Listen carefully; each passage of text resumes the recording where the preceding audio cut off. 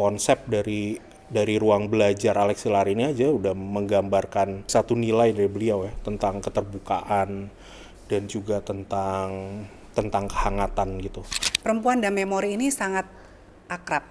Nah, seringkali perempuanlah yang justru menjadi penjaga cerita keluarga.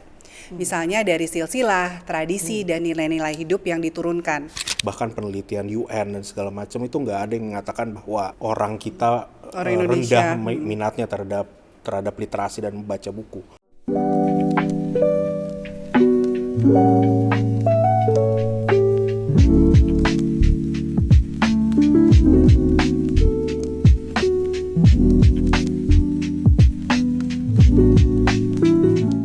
Halo Ucap Women, selamat datang kembali di Ucap, Up Close and Personal with Wulan Maharani. Sebuah ruang interaksi yang jujur dan lebih dekat dengan makna yang membentuk siapa kita hari ini. Terima kasih pendengar Ucap selama ini yang sudah support tiap episodenya. Di episode kali ini, kita akan membahas satu hal yang sering luput dibicarakan, tapi diam-diam sangat menentukan masa depan kita, yaitu ingatan. Ingatan tentang keluarga, tentang budaya, tentang nilai-nilai yang diwariskan, dan juga tentang peran perempuan dalam merawat semuanya itu. Merawat ingatan, membangun masa depan. Apa yang teman-teman bayangkan mendengar kalimat ini? Nah, saya sekarang sudah bersama seorang narasumber yang selama bertahun-tahun bekerja di persimpangan antara budaya, komunitas, dan refleksi sosial. Mas Reza Adiatma. Halo Mas, apa kabar? Halo, baik.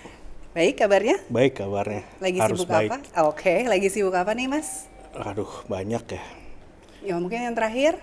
Ya, sekarang lagi ada program yang berjalan di Rumah Marta Tilaar, terus juga kita lagi juga mau bikin beberapa media campaign untuk ruang belajar Alex Tilaar sih. Oke, ya Mas Reza Adiatma ini kebetulan sudah 12 tahun bekerja sama dengan saya di Yayasan Amalan Bakti Ekata yang membawahi Rumah Marta Tilaar dan Ruang Belajar Alex Tilaar. Jadi boleh ya hari ini kita ngobrol-ngobrol tentang apa saja yang sudah dijalankan, apa saja yang sudah dilewati gitu ya selama kita berkarya gitu di yayasan. Dan mungkin bisa dijelasin kepada Ucap Women apa sih peranan Mas Reza di Rumah Marta Tilaar dan Ruang Belajar Alex Tilaar ini? Oh, perannya banyak. Sebenarnya dari kita awal mulai ya. dari awal 2014 ya, kita dimulai dari ngerjain Rumah Marta Tilaar di Gombong kan. Yeah. Dan saya terlibat sejak awal, dari mulai pemetaan awal di Gombong ada apa dan segala macam. Kalau sekarang sebenarnya secara jabatan sebenarnya sebutannya direktur eksekutif ya, tapi terus ya kerjaannya membawahi segala hal sih. Kebetulan karena memang ya yayasannya memang tim kecil gitu, jadi ya semua orang mengerjakan semua hal lah gitu kurang lebih. Mungkin ya waktu pertama kali saya bekerja sama nih, waktu kita bekerja sama, apa yang membuat Mas Reza tuh tertarik mau tap into this project? Karena memang kan Mas Reza udah sering ya bekerja dalam komunitas, dalam merawat budaya dan tradisi gitu ya, terutama kaitannya dengan komunitas sih. Nah, why do you want to tap into this project, terutama Rumah Marta Tilaar? Ya, yang pertama sebenarnya di tempat kerja yang sebelumnya sebenarnya di branding agency itu sebenarnya hampir semua orang di sana tahu sih bahwa saya kerja dengan komunitas cukup lama dari sejak sebelum bergabung dengan branding agency bahkan. Jadi banyak orang yang tahu, dan kadang-kadang kalau misalkan ada project-project yang kaitannya ada community development dan segala macam, itu udah pasti kayak oh ini pasti bidangnya Reza gitu, pasti kasih ke saya gitu. Pada saat itu sih ya yang tertarik sebenarnya karena sepanjang ngerjain banyak project-project yang kaitannya dengan budaya dan komunitas, sebenarnya kebanyakan project itu lokusnya ada di kota sebenarnya gitu. Nah, begitu ada tawaran di Gombong, wah kayaknya menarik juga ya untuk ngelihat bagaimana community punya makna di desa gitu, yang pasti akan berbeda dengan konteks urban gitu ya. Jadi itu sih salah satu hal yang menarik, sesuatu yang baru sih gitu. Dan itu terbukti dari penemuanmu. Iya, iya. Apa yang paling menarik atau yang paling unik dari Gombong? Iya sebenarnya sih kalau dari awal banget kita bikin yang there's nothing there gitu, maksudnya kayak ya Sesuatu yang sesuatu yang very plain, nggak iya, ada apa-apa iya, iya. gitu ya. Dan ini juga diakui oleh masyarakat lokal di sana ya, maksudnya Oke. ketika pertama kali datang ke sana terus ngobrol dari tukang nasi goreng sampai ke Tukang bentor. ya tukang bentor, terus juga ke apa namanya ke banyak pengelola destinasi wisata gitu. Ketika kita tanya misalnya ada apa di sini, ada kegiatan apa atau komunitas apa, jawabannya selalu sama sih, ya nggak ada apa-apa di sini Mas, gitu. Dan itu mungkin yang membuat Mas Reza penasaran gitu kali ya. Untuk bisa masa sih gitu. At least itu yang saya alami ya kayak Iya. masa sih kita bener-bener nggak ada apa-apa gitu. Iya ya, dan kadang-kadang sebenarnya yang paling menarik karena konteksnya ada di pedesaan gitu ya. Kadang-kadang tuh tradisi atau bentuk-bentuk budaya yang memang tradisi, artinya yang memang diturunkan secara turun-temurun tuh biasanya masih dihidupi gitu. Ini kan berbeda dengan masyarakat urban ya, yang kadang-kadang udah tercerabut dari akarnya gitu. Iya. Kebanyakan masyarakat urban kan sebagian besar mungkin pendatang, datang ke sana hanya untuk tujuan ekonomi gitu dan segala macam.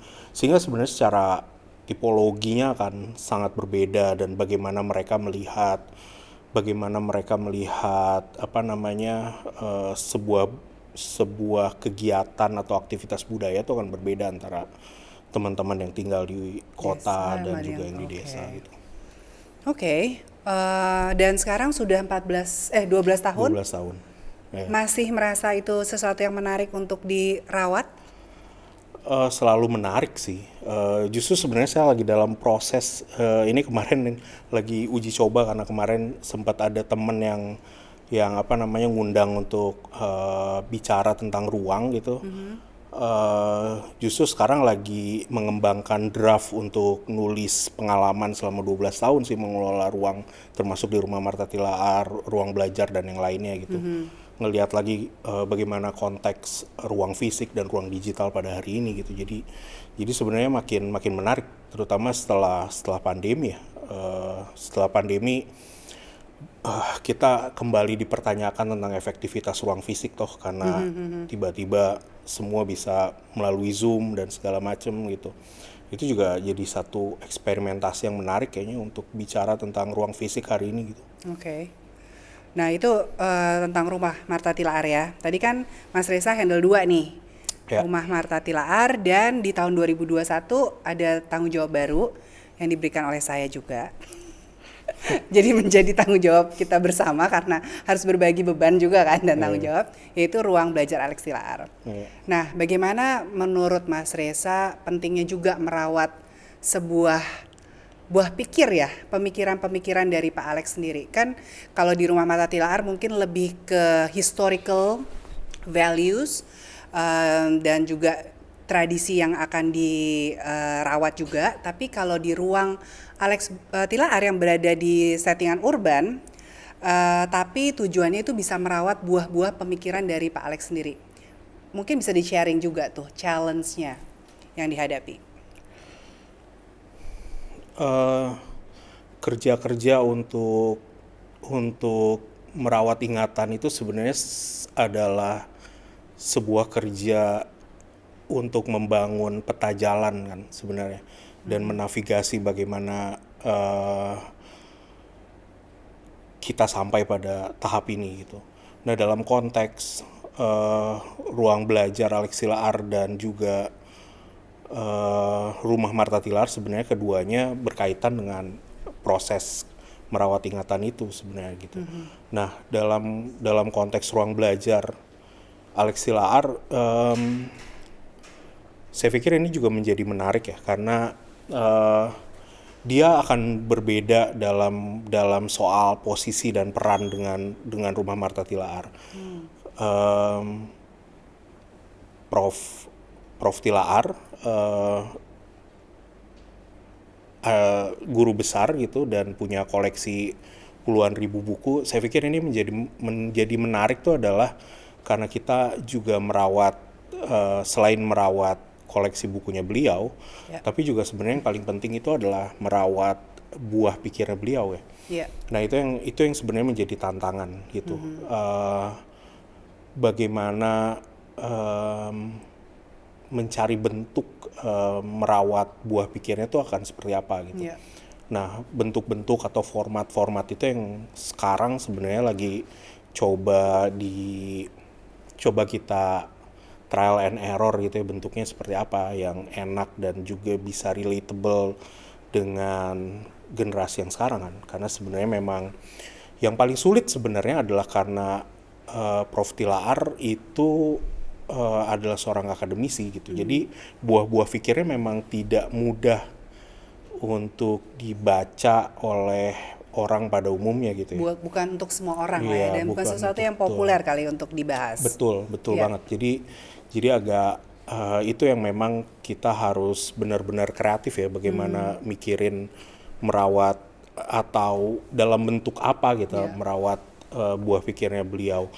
Mungkin yang paling mudah untuk dibayangkan sebenarnya adalah ekstraksi nilai-nilai yang selama ini beliau pegang gitu ya. Itu paling mudah sih sebenarnya. Ya termasuk kita membuat, saya pikir konsep dari ruang belajar Alex Tilaar ini aja udah menggambarkan satu satu nilai dari beliau ya, tentang keterbukaan dan juga tentang kehangatan gitu. Karena inclusivity gitu. Jadi karena memang sepanjang hidupnya dengar cerita gitu kalau beliau selalu terbuka dengan dengan anak-anak didiknya gitu, dan selalu konsisten untuk menghidupi peran beliau sebagai dosen gitu. Ya kita juga membuka si ruang ini menjadi sebuah tempat yang juga terbuka untuk semua orang gitu. Jadi agak berbeda perlakuannya ketika datang ke perpustakaan yang lain gitu ya. Hampir nggak ada batasan gitu, kita bisa makanan minum, memperlakukan tempat ini kayak rumah gitu, nggak seperti perpustakaan yang banyak larangan kan, dan kayak kita berhadapan dengan mesin birokrasi gitu yang kalau mau cari koleksi ini harus lewat pustakawan dan segala macam, tapi di sini kan terbuka gitu dan semuanya. Itu sih mungkin ya. Tapi juga ada beberapa aktivitas yang kita sudah coba juga ya, seperti membaca Alex Tilaar, walaupun tadi itu ada challenge-nya sendiri, sesuatu hal yang tidak populer dan is not a cup of tea for everyone, tapi ada aja yang memang mencari atau masih ingin belajar tentang apa sih pemikiran-pemikiran beliau, tapi mungkin komunitasnya lebih terbatas, seperti komunitas guru, pengajar gitu ya, itu memang ada. Tapi untuk secara in general memang kita tetap harus punya challenge untuk bisa lebih menyelaraskan dengan apa yang generasi sekarang itu cari gitu ya, keterkaitannya dengan pemikiran Pak Alex. Iya, dan saya pikir untuk mencari sebenarnya kan kalau kita mesti mencari peran kita ada di mana gitu, karena sebenarnya kalau kita bikin dan membentuk komunitas seperti apa yang kita lakukan di Rumah Martha Tilaar, kayaknya juga sebenarnya di sini udah banyak banget kan kegiatannya kan, dan lebih aktif gitu komunitasnya. Jadi sebenarnya kita harus mencari semacam celah kosong di mana kita bisa banyak berperan. Nah akhirnya kemarin kan kita punya peran di mana kita memberikan tempat bagi banyak komunitas pendidik atau pemerhati pendidikan untuk membuat acara di sini dan segala macam ya. Mungkin itu sebenarnya salah satu kontribusi yang bisa kita lakukan hari ini, bahwa ada celah kosong di situ gitu. Oke, nah sekarang kita kembali lagi ya ke Gombong ya, di Rumah Martha Tilaar. Sudah 12 tahun kita berkarya di Kota Gombong, dan memang rumah itu sendiri punya memori khusus, dan ya tadi mungkin peta jelajah atau timeline ya, terutama untuk saya personally. Nah, rumah ini kalau kita lihat dan boleh jujur, itu adalah rumah di mana banyak komunitas bertemu dan juga terutama banyak perempuan gitu. Nah, ada yang menarik dari hubungan antara perempuan dan memori. Apakah kita terlalu emosional atau being melankolis, I don't know gitu. Cuman perempuan dan memori ini sangat akrab. Nah, seringkali perempuanlah yang justru menjadi penjaga cerita keluarga. Misalnya dari silsilah, tradisi, dan nilai-nilai hidup yang diturunkan, biasanya ke keturunan selanjutnya.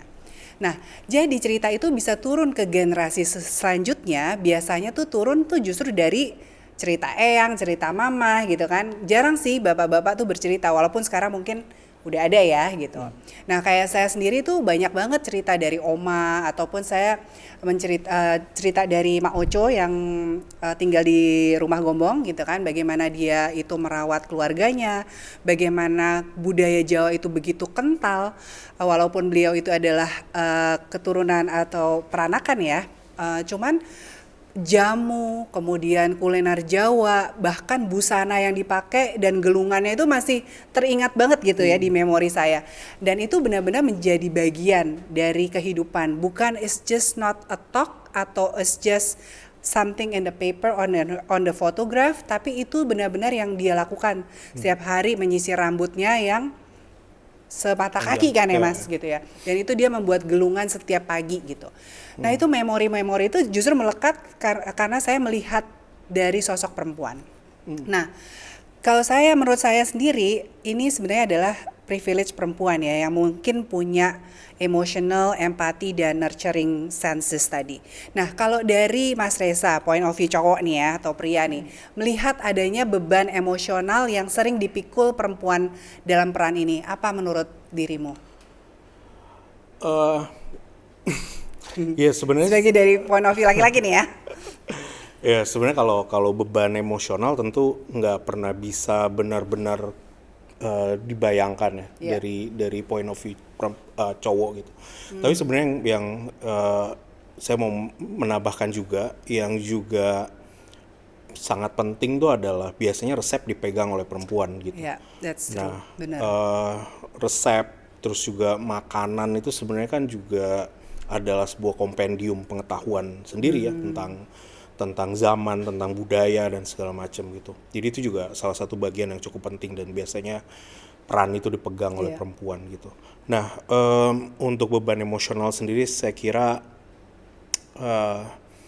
apa ya? Saya pikir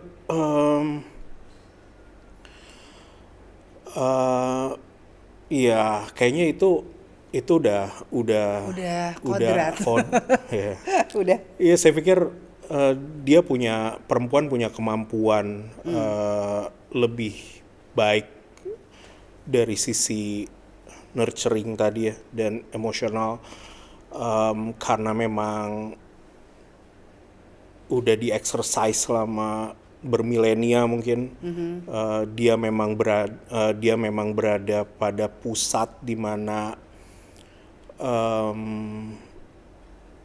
semua tanggung jawab untuk membesarkan atau merawat keturunan tuh memang ada pada perempuan gitu. Jadi dia memang memegang kunci sejak nggak tahu ya, mungkin kalau ngelihat dari sejarah mungkin sejak awal peradaban dimulai mungkin gitu, karena sejak awal pembagian kerja antara lelaki perempuan memang lebih jelas gitu ya di sejak lama ya perempuan memang banyak mengurusi perihal soal domestik gitu.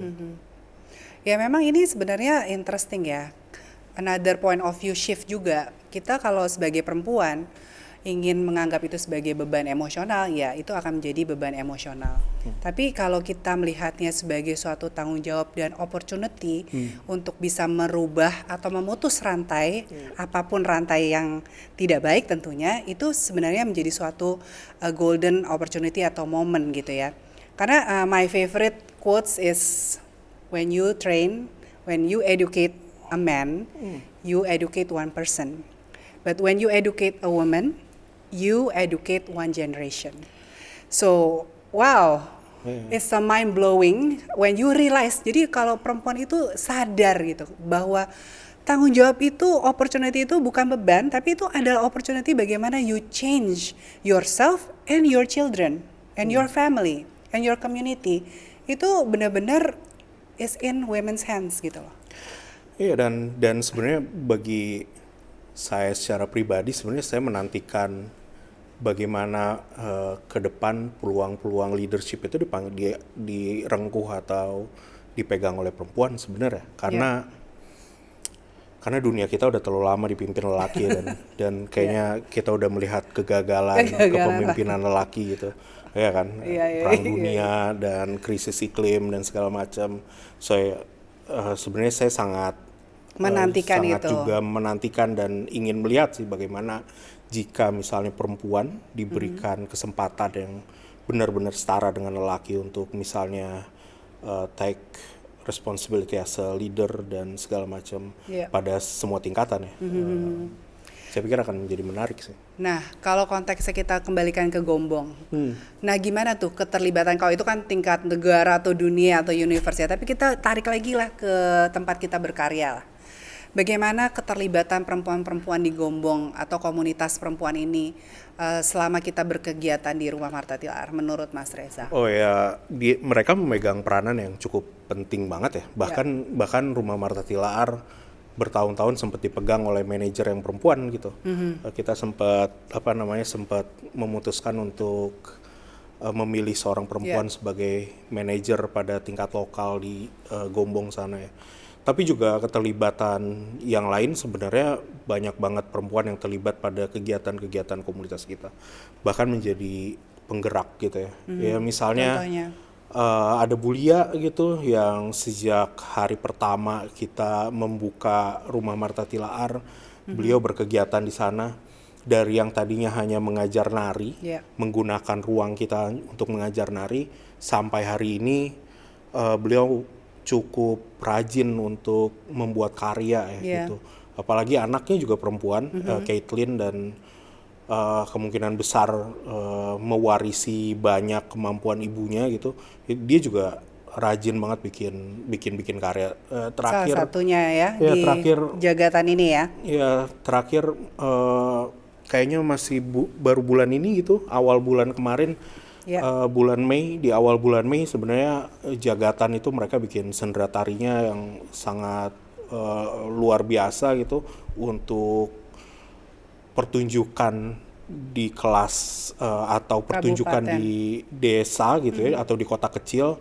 Saya pikir pertunjukannya sangat luar biasa meskipun saya nggak lihat secara langsung karena nggak bisa datang ke sana, tapi ngelihat dari cerita teman-teman dan ngelihat dari apa yang direkam di sosial media itu luar biasa sih. Dan itu ya itu kepemimpinannya perempuan Ya. dipegang oleh Bulia.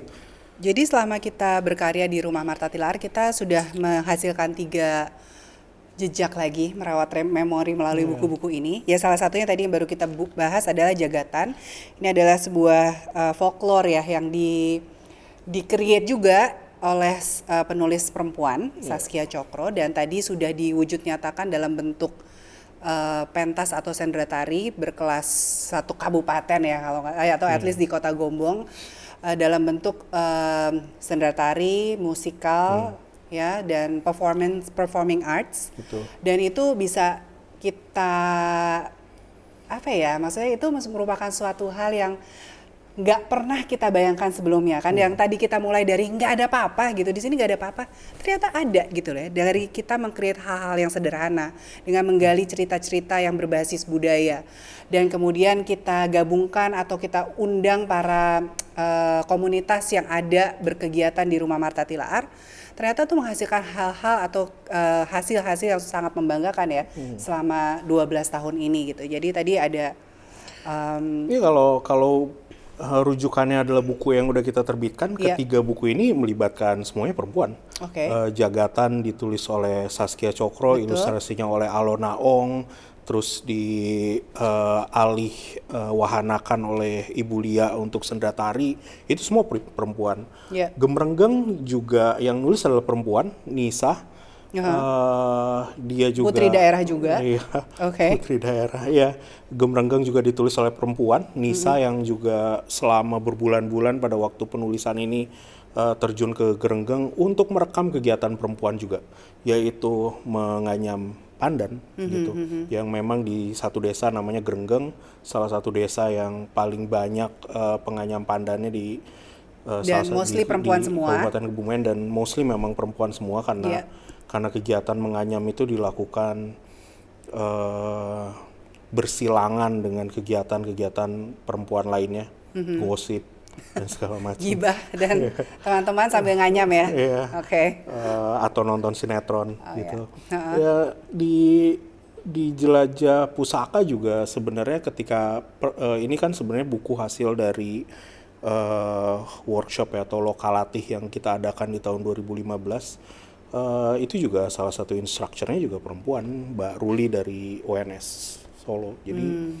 Jadi dalam hampir seluruh kegiatan dan program Rumah Marta Tilaar nggak pernah jauh dari peran perempuan sih untuk mengisi ruang-ruang itu ya. Oke. Nah, masih terkait tentang konteks perempuan nih. Masa kini yang dituntut serba cepat dan kuat gitu. Bagaimana warisan budaya ini bisa menjadi ruang pulang, bukan sebagai beban? Ya ini adalah pertanyaan yang cukup kompleks karena sebenarnya sebelum menjawab ini tuh kayak ada beberapa premis yang harus disepakati terlebih dahulu kan. Oke. Kayak misalnya apakah benar hari ini dituntut serba cepat, karena toh juga akhirnya sekarang juga ada gerakan untuk membalikan itu semua untuk menjadi dengan slow slow living. living dan segala macam gitu. Terus apakah ruang budaya atau warisan budaya ini benar-benar membuat kita melambat juga nggak ada, saya belum tahu ya apakah kita bisa bersepakat soal itu gitu. Tapi kalau misalnya melihat bahwa saya kira memang benar sih kita mesti melihatnya sebagai sebuah opportunity dibandingkan sebagai sebuah beban ya, termasuk juga dalam persoalan dalam ruang-ruang budaya ini gitu. Saya kira hari ini perempuan lebih punya pilihan untuk bisa menghidupkan budaya gitu dibanding di masa lalu ya. Maksudnya kalau misalkan di masa lalu penari harus perempuan karena bisa menghibur gitu bagi lelaki atau misalnya kepala desa gitu. Tapi hari ini sebenarnya kita punya pilihan kan antara apakah kita masih mau menghidupkan tradisi itu atau tidak. Benar-benar perempuan saya pikir punya cukup banyak keleluasaan untuk memilih apakah mau tetap mengisi ruang itu atau move on. Jadi again ya, dua sisi mata uang ya. It's an opportunity ya, or it's a burden gitu. Dan sekarang good newsnya kita sebagai perempuan punya pilihan. Saya pikir iya hari ini. Oke. Nah, sekarang berbicara tentang Yayasan Amalan Bakti Ekata yang sebenarnya menaungi dua entitas yang Mas Reza berkarya lah atau mempunyai tanggung jawab di dalamnya. Nah, yayasan ini memang didirikan di tahun 2000. Sebenarnya yayasan ini sudah berdiri dari tahun 2014. Tetapi berubah namanya menjadi Yayasan Amalan Bakti Ekata di tahun 2021 ketika Mas Reza atau kita membuka ruang belajar Alex Tilaar. Karena dulu itu hanya satu entitas saja yaitu Rumah Marta Tilaar, dan sekarang menjadi dua setelah Pak Alex berpulang di tahun 2019. Nah, yayasan ini memang sebenarnya adalah sebuah ruang juga secara pribadi untuk saya, di mana saya memang mendedikasikan waktu, energi, pemikiran saya untuk menjadi sebuah sebuah wujud bakti saya kepada kedua orang tua saya. Makanya yayasan ini kita bentuk, dan puji Tuhan alhamdulillah sampai saat ini yayasan ini terus bergerak dengan segala keterbatasan, tetapi kita sangat bersyukur banyak sekali orang-orang yang mendukung kerja dan karya dari kedua bagian ini dari yayasan ini. Nah, kalau dari Mas Reza sendiri, mungkin sekarang kita lebih membahas tentang ruang belajar ya. Kalau dari dampak signifikan, kan kita sekarang udah 4 tahun, mau 5 tahun ruang belajar ini hadir. Dari kacamata dirimu, apa sih dampak signifikan dari ruang belajar Alex Tilaar? Satu hal yang sebenarnya apa namanya, yang kadang-kadang luput dari penglihatan orang tuh adalah penghargaan kita terhadap seorang atau penghargaan kita terhadap kesarjanaan itu masih sangat minim ya di Indonesia Iya. ya. Artinya artinya ada banyak guru-guru besar yang atau misalnya profesor gitu yang memang tidak seberuntung Pak Prof. Alex, Tilar gitu. ya. Bisa apa namanya, buku-buku personalnya masih bisa dirawat dan segala macam. Ada banyak yang nggak punya keberuntungan itu gitu. Dan banyak banget mendengar misalnya ya udah setelah meninggal bukunya entah di mana, atau kadang-kadang ada banyak banget cerita misalnya di Malang gitu, temen pernah cerita ya udah buku-buku itu biasanya diloak aja gitu, dijual nanti di kaki-kaki lima gitu, di pedagang-pedagang buku bekas gitu dan segala macem. Dan yang paling apa namanya, yang paling juga ini ya Miris. ya miris juga soal pemikirannya kan juga Ya. akhirnya seringkali hilang kalau kalau misalnya nggak banyak tulisan yang bisa di-preserve gitu ya. Oke. Nah, saya pikir Prof. Tilaar punya cukup banyak keberuntungan ya, selain misalnya bisa cukup punya waktu untuk menulis Iya. banyak buku, Ada untuk 40 ada 40 judul sekian buku ya judul yang buku ditulis selama beliau untuk hidup. mendokumentasikan buah pemikirannya beliau. Setelah beliau berpulang pun seluruh apa namanya, seluruh arsip dan eh, koleksi-koleksi pribadinya beliau Masih masih bisa tersimpan. dirawat Ya. dengan baik gitu. Jadi saya pikir ini juga bisa jadi salah satu preseden bagi kita di Indonesia untuk juga mulai menghargai kesarjanaan gitu ya seseorang gitu. Ini menurut saya jadi presiden yang sangat baik banget sih di Indonesia. Oke. Dan kayaknya masih jarang ya. Ya tadi ya, nggak semua orang punya privilege tadi. Iya, iya. Ya ada beberapa sih yang memiliki perpustakaan pribadi, tapi nggak kebanyakan sih memang. Kebanyakan sih. Ya, itu juga memang salah satu alasan kenapa saya juga menginisiasi untuk membuat ruang ini, karena memang tadi tujuannya untuk merawat koleksi pribadi yang memang sangat precious untuk Bapak gitu. Dan ya memang betul bukan kebetulan, tapi bersyukur kita punya tempat, dan ya tadi kita punya orang-orang yang mau membantu untuk bisa mewujudkan inisiasi ini sih gitu. Jadi ya it's a blessing juga sih untuk Bapak ya. Iya. Nah, kalau dari segi pemanfaatan ruang-ruangan seperti ruang belajar Alex Tilaar ini yang telah berkontribusi untuk mengakar pada budaya lewat buku-buku, sejauh apa sih pemanfaatan yang sudah ada gitu untuk merawat tadi tradisi dan budaya melalui ruang-ruang seperti ini? Ada dua hal sih sebenarnya kan, ketika kita bikin ruang belajar ini kan sebenarnya dia yang pertama dia punya dua warna sebenarnya kan. Iya. Selain warnanya Prof. Tilaar juga ada warnanya Baulan kan, karena juga sebagai seorang ketua yayasan Iya. dan memberi warna tentang wellness dan kesehatan tradisional dan segala macam. Iya. Jadi sebenarnya ada warna itu juga Jadi ada sebenarnya. dua jalur nih ya Iya, sebenarnya yang menghidupi ruang ini ya. Iya. Oke. Ya secara luas sebenarnya kita bisa membangun kembali. Aku rasa bukan hanya sekedar kembali pada ruang budaya, tapi sebenarnya menciptakan kembali budaya baru kita untuk membaca Iya. dan juga membiasakan lagi untuk membaca buku-buku fisik gitu ya.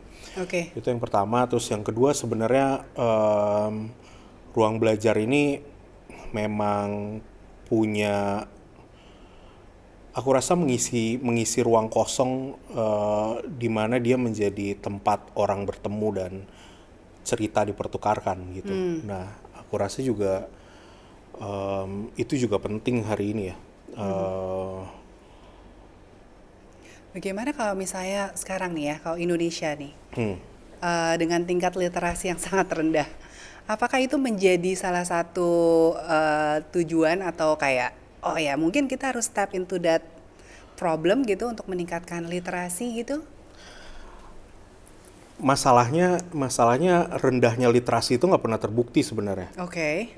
Jadi ada banyak argumentasi yang sekarang ini justru berkembang bahwa oh kita rendah literasi dan segala macam, tapi sebenarnya ketika saya lupa ada seorang jurnalis yang sebenarnya bahkan sampai mencari sebenarnya dari mana sumber pernyataan bahwa Indonesia itu tingkat literasinya rendah gitu, dan tidak pernah menemukan rujukan apapun dalam penelitian apapun, Oke. bahkan penelitian UN dan segala macam itu nggak ada yang mengatakan bahwa eh, orang kita Orang rendah Indonesia. minatnya terhadap literasi dan membaca buku. Yang ada sebenarnya adalah bahwa infrastrukturnya memang nggak banyak gitu. Oke. Infrastruktur seperti Iya, perpustakaan, perpustakaan, buku-buku online atau apa buku gitu. dan toko buku itu memang rendah gitu. Infrastrukturnya jadi yang sebenarnya bermasalah, bukan pada minat baca orang Indonesianya. Oke. Karena saya pikir eh, kita juga bisa ngelihat ya, apa namanya, hari ini kan juga ada pembalikan tren itu kan. Kita lihat misalnya di TikTok berapa banyak orang yang sekarang berminat menjadi seorang apa sebetulnya booktok atau misalnya bookstagram gitu. Itu kan menjadi sesuatu yang hari ini menjadi tren ya. Dan itu menarik bagi saya gitu. Karena semua orang tiba-tiba berlomba-lomba untuk kembali mempopulerkan membaca buku gitu. Bahkan buku-buku yang menurut saya di zaman saya mungkin nggak dilirik oleh banyak orang. Tan Malaka misalnya. Itu di berbagai penerbit dicetak ulang, sangat laku dibaca oleh generasi baru sekarang di Gen Z gitu. Tan Malaka bukan orang yang populer. Ya memang sejak lama beliau punya pangsa pasar pembacanya sendiri, tapi nggak pernah sebegini populernya di hari ini gitu. Oke. Jadi saya rasa sebenarnya kita perlu mempertanyakan klaim-klaim itu juga sih. Iya, sebuah kehormatan ya buat kita semua bisa menyaksikan bahwa Rumah Marta Tilaar bisa bertumbuh selama 106 tahun gitu ya. Dan yang terpenting bukan hanya bertumbuhnya saja, tapi bagaimana kita berproses, itu penting banget. Dan dalam berproses pasti ada pembelajaran atau ada pesan yang bisa dipetik gitu untuk banyak orang, terutama mungkin untuk Ucap Women gitu ya. Apa sih yang bisa kita, Mas Reza, sharing gitu tentang pesan dan pelajaran dalam merawat sebuah memori dan tradisi? Aku rasa melihat yang pertama adalah melihat semua hal sebagai sebuah kesempatan untuk bertumbuh ya, Iya. dan untuk bisa berkontribusi pada ruang-ruang budaya ini. Sebenarnya Rumah Marta Tilaar tuh juga sebenarnya menjadi sebuah bukti nyata bahwa banyak perempuan yang sebenarnya begitu diberikan kesempatan yang besar gitu, dia bisa memanfaatkan itu dengan baik gitu. Iya. Jadi saya pikir nggak ada pesan lain yang lebih penting dibanding kita harus melihat hari ini kesempatan apa yang bisa Ada di hadapan terbuka kita gitu ya. dan memanfaatkan itu Iya. dengan sepenuhnya gitu, sehingga pada akhirnya bisa berkontribusi pada tidak hanya sebenarnya pada nilai-nilai yang sifatnya ekonomis gitu, tapi Iya. juga pada sesuatu yang bisa bersifat kohesi sosial dan juga bertumbuhnya secara individu gitu. Iya. Jadi sebenarnya yang penting juga adalah bagaimana kita menanggapi kesempatan tersebut. Tapi seringkali perempuan justru melimitasi dirinya sendiri dengan tidak memiliki keberanian gitu. Dan di situ saya rasa pentingnya women support women dalam sebuah komunitas, dan saya melihat itu di Rumah Marta Tilaar ya. Di mana kita bisa saling support kelebihan dan kelemahan dari seseorang untuk bisa berproses dan terus bertumbuh. Jadi itu saya rasa penting juga ya untuk Ucap Women, bahwa selain ada kesempatan, tapi juga kita perlu keberanian untuk mau menangkap dan menjalani kesempatan itu, dan dalam perjalanannya kita juga bisa saling support. Ya. Gitu ya. Oke, terima kasih banyak Mas Reza Terima ngobrol-ngobrol kasih. hari ini yang sudah membuka wawasan kita juga tentang ruang refleksi, bagaimana kita bisa merawat tidak hanya memori tapi juga merawat kita untuk bisa berproses untuk menentukan peta perjalanan kita selanjutnya. Hari ini kita belajar bahwa masa depan tidak selalu dibangun dengan berlari lebih cepat, tapi bisa dengan berhenti sejenak, mengingat, merawat, dan memilih apa yang ingin kita wariskan. Dan perempuan ternyata memegang peran besar dalam sejarah, baik dalam skala keluarga sampai ke skala bangsa. Ucap Women, mungkin kekuatan kita bukan selalu pada suara yang paling keras, tapi pada ingatan yang kita jaga dengan penuh kasih. Karena dari sanalah masa depan yang berakar bisa tumbuh. Sampai jumpa di episode berikutnya di Ucap Up Close and Personal with Wulan Maharani. Sampai jumpa. Terima kasih Mas Reza. Terima kasih.